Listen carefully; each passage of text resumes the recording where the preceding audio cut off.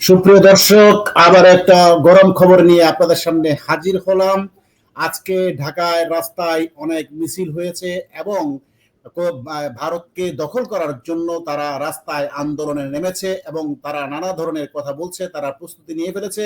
কলকাতা তারা 10 মিনিটের মধ্যে দখল করে ফেলবে, সেরকম একটা বার্তা দিয়েছে। তাও আবার কারা? যেন তেন লোক নয়, তারা সামরিক কর্মকর্তা, অর্থাৎ সামরিক বলতে তারা রিটায়ার্ড কর্মকর্তা, তারাই বলছে সেই কথা। আমরা তাদের মুখ থেকে আগে সেই কথাগুলো একটু শুনি, তারপর বিশ্লেষণে যাব আসলে কলকাতা কি করে 10 মিনিটে দখল করবে। আমেরিকা আমাদের সাথে টিকবে না ইনশাআল্লাহ। আমরা বলতেছি 4 দিনের মধ্যে আমরা কলকাতা দখল করে নেব ইনশাআল্লাহ। আমরা দখল করে নেব। সামরিক বাহিনী, ছাত্র জনতা, আমরা একত্রে আছি। আমরা রাওয়ার 5000 সদস্য, এই 5000 সদস্যের মধ্যে অর্ধেকই নবীন। প্রিয় দর্শক, এখানে রাওয়া ক্লাব হলো সামরিক অফিসারদের একটা ক্লাব।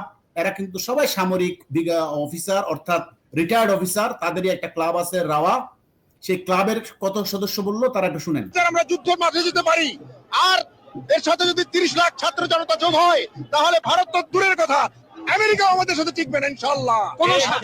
আমি মেজর শরীফ, আমি বলে দিচ্ছি ভারতকে যে ট্রেনিং আমরা নিয়েছি, যে যুদ্ধ আমরা করেছি, আমরা শুধু 2 লক্ষ সৈনিক না, আমাদের সাথে 18 কোটি জনগণ আছে। আমাদের ট্রেনিং, আমাদের দক্ষতা ভারতের চেয়ে অনেক বেশি। আমরা যদি একবার সাহস করে আমার দেশকে যুদ্ধ করবে, আমরা বলে দিচ্ছি 4 দিনের মধ্যে আমরা কলকাতা দখল করে নেব আমরা দখল করে নেব, আসাম দখল করে নেব। অর্থাৎ তিনি মেজর শরীফ, এক্স রিটায়ার্ড আর্মি অফিসার, 18 কোটি জনগণ। আমার সাথে যুক্ত আছেন জনাব আতার সাহেব। আচ্ছা, ওনারা যে হিসাব দিল 18 কোটি জনগণ, তার মধ্যে তো 2 কোটি হিন্দু আছে, 8 কোটি আওয়ামী লীগ আছে, তারপর ধরেন ওইখানে বাদ দিতে হবে 3 কোটি শিশু আছে, মহিলা আছে। তাহলে তারা 18 কোটিটার হিসাবটা কিভাবে করলো একটু বলবেন আতার সাহেব? আপনাকে স্বাগতম আজকে লাইভে। ধন্যবাদ আজাদ সাহেব, খুবই গুরুত্বপূর্ণ বিষয় এখানে উপস্থাপন করেছেন। আমাদের দেশে 18 কোটি 20 কোটি জনগণ বলছে, কিন্তু আপনাকে জনগণের যুদ্ধ করার মতো ক্যাপাসিটি যদি ক্ষমতা হিসাব করেন, তাহলে আপনাকে হিসাব করতে হবে যে বাংলাদেশে ভোট দেওয়ার মতো ক্ষমতা ক্যাপাসিটি কতজন লোকের আছে। সেই ক্যাপাসিটিটা যদি বলেন, তারা হচ্ছে না সাবালক এবং তারাই কিন্তু যুদ্ধটা করবে মূলত। আমি সেটা ধরি, সেটার সাথে কিশোর যোগ করি, তাহলেও আপনি বাংলাদেশে কোন রকমই 10 থেকে 11 কোটি লোকের বেশি কিন্তু যুদ্ধ করতে পারবে না। তো একটা যুদ্ধ লাগবে 11 কোটি দেশের পুরো জনসংখ্যা কিন্তু যুদ্ধ করবে না। হ্যাঁ, 2 নম্বর, এখন আপনি যুদ্ধ করবেন কি দিয়ে? আপনার কাছে কি ঘোড়া আছে? আপনার কাছে কি সেই পরিমাণ ঘোড়া আছে? আমি না হয় আমেরিকা থেকে সখানিক ঘোড়া আপনাদেরকে পাঠালাম, কিন্তু আর ঘোড়া পাবেন কোথায়? এখন গরুর পিঠে তো আর ছোটে যুদ্ধ করা যাওয়ার সম্ভাবনা কি আছে এখানে কোথাও? সেটা তো আপনাকে গতকালকে বললাম যে আমাদের সক্ষমতা হচ্ছে আমাদের বাহুবলের জোর, আর দ্বিতীয় হচ্ছে তলোয়ার, আর দ্বিতীয় হচ্ছে ঢাল। হ্যাঁ, এটা আমাদের ঘরে ঘরে আছে, বটি আছে, তারপরে লাঠি আছে, তারপরে আপনার এই কি বলে চাপাতি আছে, হ্যাঁ, চাইনিজ কুড়াল আছে। তো এগুলো হচ্ছে আমাদের অস্ত্র।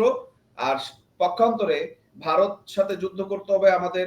আমি যদি একটু সামরিক সক্ষমতার কথা বলি, বাংলাদেশ এবং ভারতের তুলনামূলক সামরিক সক্ষমতা বলি, তাহলে আপনার মানুষ বুঝতে পারবে যে এটা আমরা যেটা বলতেছি, এটা আমরা কতটা ক্যাপাবল। আমরা একবারে 10 মিনিট 4 মিনিটও লাগবে না আমাদের ভারত দখল করতে, যদি আপনি পার্থক্যটা বুঝেন। যদি ধরেন আকাশপথে ভারত ও বাংলাদেশের অস্ত্র ভান্ডারে যদি আমি যাই, ভারতের গ্লোবাল ফায়ার পাওয়ার রিপোর্ট অনুযায়ী ভারতের কাছে আছে 2296টি এয়ারক্রাফট, যুদ্ধ বিমান হলো 606টি, আছে 869টি হেলিকপ্টার, এয়ারক্রাফট, যুদ্ধ বিমান এবং হেলিকপ্টারের সংখ্যার নিরিখে বিশ্বের 4র্থ স্থানে ভারত।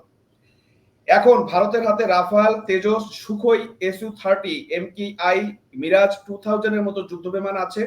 2019 সালে ভারত বালাকোটে এয়ারক্রাফট চালিয়েছে, তাতে মিরাজ যুদ্ধ বিমান ব্যবহার করা হয়েছিল। তখন রাফাল ছিল না, এখন ভারতের হাতে রাফাল আছে। ওকে, বাংলাদেশের ক্ষেত্রে আসেন, ভারতে যেখানে 2296টি এয়ারক্রাফট আছে, সেখানে বাংলাদেশের এয়ারক্রাফট আছে মাত্র 216টি, এবং যেখানে মাত্র যুদ্ধ বিমান হচ্ছে 44টি।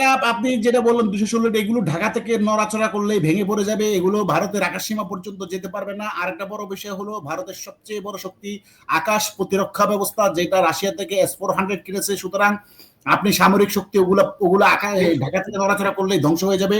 আপনি বলেন আমাদের জিহাদিরা, অর্থাৎ আমাদের তেজস্বী বাহিনী যারা আজকে এই ইন্ডিয়াকে দখল করবার জন্য সব সব সব ধরনের প্রস্তুতি নিয়ে ফেলেছে, এরা কিন্তু সাধারণ মানুষ নয়, এক্স রিটায়ার্ড আর্মি অফিসার। এদের মতো বিজ্ঞ লোক 65টা আর্মি অফিসার রীতিমতো টক শো করছে ভারতের সাথে যুদ্ধ করার জন্য, উস্কানি দিচ্ছে। আজকে রাস্তায় নেমে গেছে রাওয়া ক্লাবের সদস্যরা, আর্মি অফিসাররা। তারা বলছে 30 লক্ষ ছাত্র জনতা অর্থাৎ 13 লক্ষ মৌলবী জিহাদি, এরা প্রস্তুত, এদের 60 লক্ষ হাত আছে, এই হাত দিয়ে এরা ঘোড়া তরবারি এবং দিয়ে ভারতের সীমানা দিয়ে ঢুকে পড়ে ভারতকে দখল করে নিবে। কলকাতা 4 দিনের মধ্যেই এরা দখলের প্রস্তুতি নিয়ে ফেলেছে। তো সেক্ষেত্রে আপনি বিমান টিমান এগুলো দিয়ে আসলে এগুলো তো ভেঙে পড়বে, এগুলো তো চলতে পারবে না। না, আমি ধরে নিচ্ছি আমাদের 44টা যুদ্ধ বিমানের জায়গায় 46টা উঠতে পারবে, একটাও ভাঙবে না, সবগুলোই চলবে, কোনো সমস্যা নাই। হ্যাঁ, এরপরে আপনি আসেন ভারতের হাতে আরো কি কি আছে। আমি যদি আর্টিলারি ধরি 4600 ভারতের, আপনি একটা জিনিস মনে রাখবেন, একটা কথাই মনে রাখেন শুধু, ভারতের হিসাবটা এভাবে বললে হবে না। পৃথিবীর 4র্থতম শক্তি হলো ভারত। আমেরিকা, রাশিয়া, চায়নার পরে ভারতের অবস্থান। ভারত মহাকাশ পর্যন্ত জয় করে ফেলেছে, এতে কোনো সন্দেহ নাই। কিন্তু ইমানি শক্তি বলে একটা কথা আছে, আপনাকে এটা মানতে হবে। ইমানে জোস, এই জোসের কাছে তো এইসব অস্ত্র ফস্ত্র কিছু না। এরা শহীদ হয়ে যাবে, অর্থাৎ এরা মানব ডাল হিসেবে, আপনি গতকাল যেমনটা বলেছিলেন, এরা শরীর দিয়ে এদের কামান টামানকে ঠেকিয়ে দিবে। এখন আমার প্রশ্ন হলো, এই পরিমাণ ঘোড়াও তো নাই, তাহলে আপনি যাবেন কি দিয়ে? কেন, পা আছে না, পা আছে, পা দিয়ে যাবে, দৌড়ে যাবে। হ্যাঁ, আমি তো কালকে বলেছি তাহলে তো কলকাতা আমাদের দখলে ইনশাআল্লাহ 4 দিনের মধ্যে চলে আসবে। ইতিমধ্যে ভারতের লোকজন তো শুনতে পাচ্ছি, এরা কলকাতা থেকে পালিয়ে মানে সমুদ্রের দিকে জাহাজ নিয়ে পালিয়ে যাওয়ার জন্য ইতিমধ্যে প্রস্তুতি নিয়ে নিয়েছে বাংলাদেশের।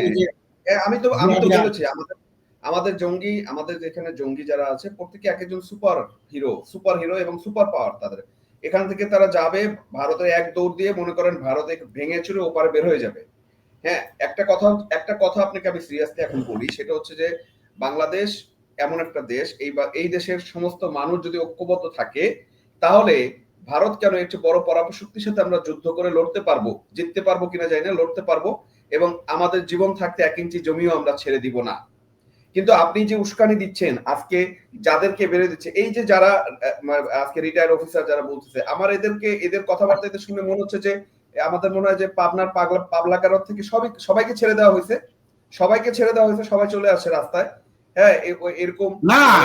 আপনি এই কথা বলেন কিভাবে জনাব আতার সাহেব? এদেরকে তো জনগণকে ঐক্যবদ্ধ করার জন্য, অর্থাৎ এই 20 কোটি হিসাব, আসলে পরিসংখ্যান অনুযায়ী বাংলাদেশের জনসংখ্যা 16 কোটি সামথিং, কিন্তু এরা বলছে 20 কোটি, 4 কোটি বাড়িতে আছে, ধরে নিলাম 20 কোটি। তো 20 কোটি জনতাকে জাগ্রত করার জন্যই তো ইউনুস গং এদেরকে রাস্তা নামিয়ে দিয়েছে, না হলে মিলিটারি অফিসাররা, এই শত শত মিলিটারি অফিসার রাস্তা নেমে গেছে। এই দেখেন মির্জা আব্বাস কি বলে, আপনাকে একটু প্লে করে শোনায়, তাহলে আপনি বুঝতে সুবিধা হবে। আর একটা কি জানি, একটা মলম বেচে একটা লোক আছে, আরে উনি মলম বিক্রি করে না, উনি জানে রাজাকারদের কিভাবে মলমটা লাগাইতে হয়, এই জন্য রাজাকাররা আসলে ওনাকে এটা বলে। উনি জানে রাজাকারের ওষুধ কি, উনি ঠিক মতো মলমটা লাগাইতে পারে। ময়ূক সাহেব বলেন। সেই লোকটা বলে, এই তো চট্টগ্রামটা নিয়ে নিলে তো আমাদের, চট্টগ্রাম যদি আমাদের হয়ে যায় তাহলে তো আমাদের কোনো সমস্যা থাকে না। বা আবার রাজত্ব পাইছে, চট্টগ্রাম যদি আমাদের হয়ে যায়। ভাই, একটা কথা মনে রাখতে হবে, আমাদের সোলজার কম, তাই না? এটা আমাদের প্রতিবেশী দেশ ভাবে, কিন্তু আমি তাদেরকে ভাবতে বলবো যে আপনারা 71 সালের মুক্তিযুদ্ধ দেখেন, বিনা ট্রেনিং এ কিন্তু আমরা যুদ্ধ করেছি। আপনারা এই 24 সালের হাসিনার পতন দেখেন, বিনা অস্ত্রে আমাদের সন্তানেরা আমরা যুদ্ধ করেছি। বাংলাদেশের 20 কোটি লোক কিন্তু সোলজার, এই কথা আপনাদের মনে রাখতে হবে। যদি বাংলাদেশ আপনাদের দখল করতে হয়, 20 কোটি লোকের রক্তের উপরে পাড়া দিয়ে আপনাদেরকে এদের দখল করতে হবে। কেউ যদি বাংলাদেশে বসে বিদেশে, তাহলে প্রিয় আতাশ সাহেব, আপনি একটা জিনিস দেখেন, মির্জা আব্বাস সাহেব যদি কথা বলতে পারে যে 20 কোটি মানুষ আছে, তার মানে 40 লক্ষ হাত আছে, অর্থাৎ ভারতের মানে পক্ষে এদেরকে সামাল দিয়ে যুদ্ধ জয় করা অসম্ভব। বরং আমাদের দেশের লোকজনই এখন কলকাতা অভিমুখী রওনা দিবে যুদ্ধ করার জন্য। তো এগুলো তো সাধারণ মানুষের কথা নয়, এগুলো তো বড় বড় নেতাদের কথা। আপনি ব্যাপারে কি বলতে চান? দেখুন, আমি আমি সারা জীবন ফিলিস্তিনের পক্ষে আমার মনস্তাত্ত্বিক এবং আমি যেখানে পেরেছি ফিলিস্তিনের পক্ষে বলার সেখানে বলেছি। বাস্তবতার জায়গা থেকে যদি আপনি দাঁড় হন তাহলে দেখতে হবে যে ফিলিস্তিনের যে সামরিক সক্ষমতা, সেই সক্ষমতা এবং ইহুদিদের বা ইসরায়েলের যে সামরিক সক্ষমতা, এটা আকাশ পাতাল পার্থক্য। তো এটাতে কি হচ্ছে? এটাতে হচ্ছে যে যখনই ইসরায়েলের সাথে ফিলিস্তিনের যুদ্ধ হচ্ছে, তখন দেখা যাচ্ছে কি ফিলিস্তিনে যদি একজন মারা যাচ্ছে, আপনার ইসরায়েলে যদি একজন সৈন্য মারা যাচ্ছে, তার এগেনস্টে ফিলিস্তিনের প্রায় কয়েক হাজার লোক মারা যাচ্ছে। তো হ্যাঁ, ঠিক আছে, আমাদের আমি আপনাকে একটু থামাই, এই জায়গায় একটু থামাতে হচ্ছে। আমি একটু শেষ করি।